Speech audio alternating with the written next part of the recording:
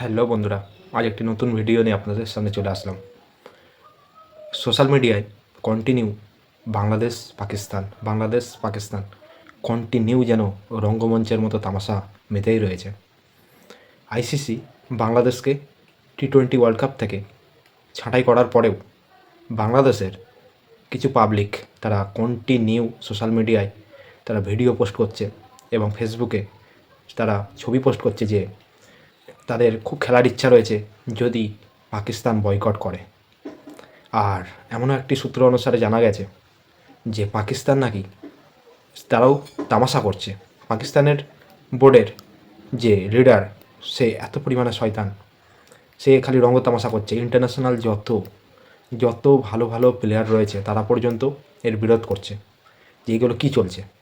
আপনারা একটা জিনিস দেখবেন, যখন কাউকে পাত্তা দেওয়া হয় না তখন তারা বেশিরভাগই এমন রঙ্গ তামাশা করে। ঠিক তেমনই যেমনটা পাকিস্তান এখন করছে। পাকিস্তান আগে বাংলাদেশকে বলেছিল যে আমি তোমাদের সাথ দেব, কিন্তু তারা সাথ দিল না।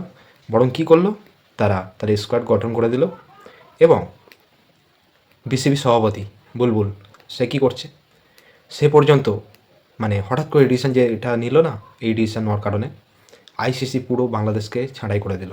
কিন্তু বাংলাদেশের জন্য এমন একটা খবর আসছে যে জানিয়েছে যদি পাকিস্তান ইন্ডিয়ার সাথে টি-20 ওয়ার্ল্ড কাপ না খেলে আইসিসি একটা কঠোর সিদ্ধান্ত নেবে। সেখানে পাকিস্তানের লস হবে অনেক কিছু, মোটামুটি 35 বিলিয়নের ওপরে টাকা তাদের লস হবে এবং সেখানে লাভ কাদের হবে, আইসিসি প্লাস ইন্ডিয়ার তো লাভ এমনিও হবে। কিন্তু পাকিস্তান কী করছে, তারা বদমাইশি এখনও পর্যন্ত করে যাচ্ছে।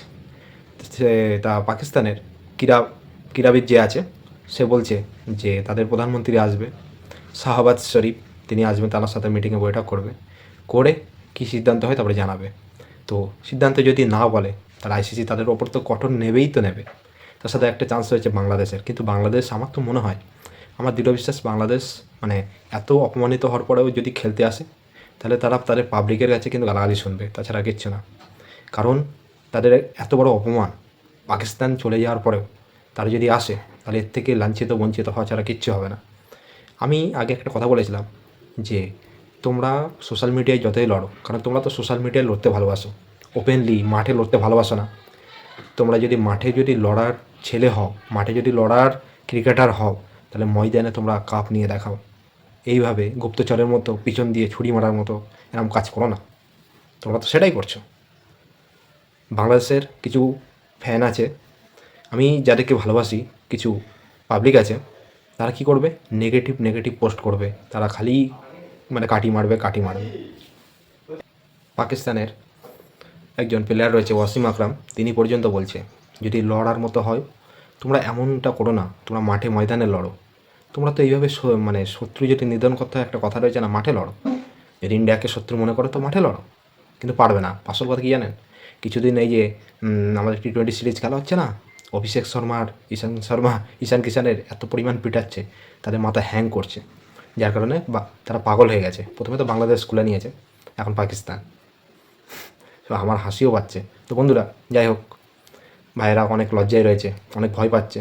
তো যদি পাকিস্তান কেটেও যায় তাহলে তার জায়গায় হয়তো তোমার না, আরে ওই টিমটার নাম কি, যে টিমটা একদম পুরো ফ্লপ খেলে, সেসব টিম চান্স পাবে। কোথায় আয়ারল্যান্ড, কোথায় জিম্বাবুয়ে যথেষ্ট পাকিস্তানের সাথে ভালো খেলে, কারণ জিম্বাবুয়ে একবার পাকিস্তানকে হারিয়েও দিয়েছিল। হচ্ছে ওয়ান্ডার টিমটা খাটবে। তো যাই হোক বন্ধুরা, সবার বাংলাদেশি ভাইদের কাছে আমি একটাই নিবেদন করব, তোমরা খেলতে আসো না, কারণ তোমরা নাক লজ্জা কিছুই রাখুনি। তোমাদের আগেই বলেছিলাম আমি যে লড়তে হয় মাঠে ময়দানে লড়ো। এই আগে থেকে আমরা পালাবো, আমরা চলে যাবো, আমরা খেলবো না, আমরা ইন্ডিয়ায় খেলবো না, এমন বললে তো ভাই হবে না। আমরা তো লড়ছি, আমরা কি পালাচ্ছি? আমাদের যেখানে বলবো আমরা সেখানে যাবো, সেখানে খেলবো। তো দেখা হবে পরের ভিডিওতে। টাটা।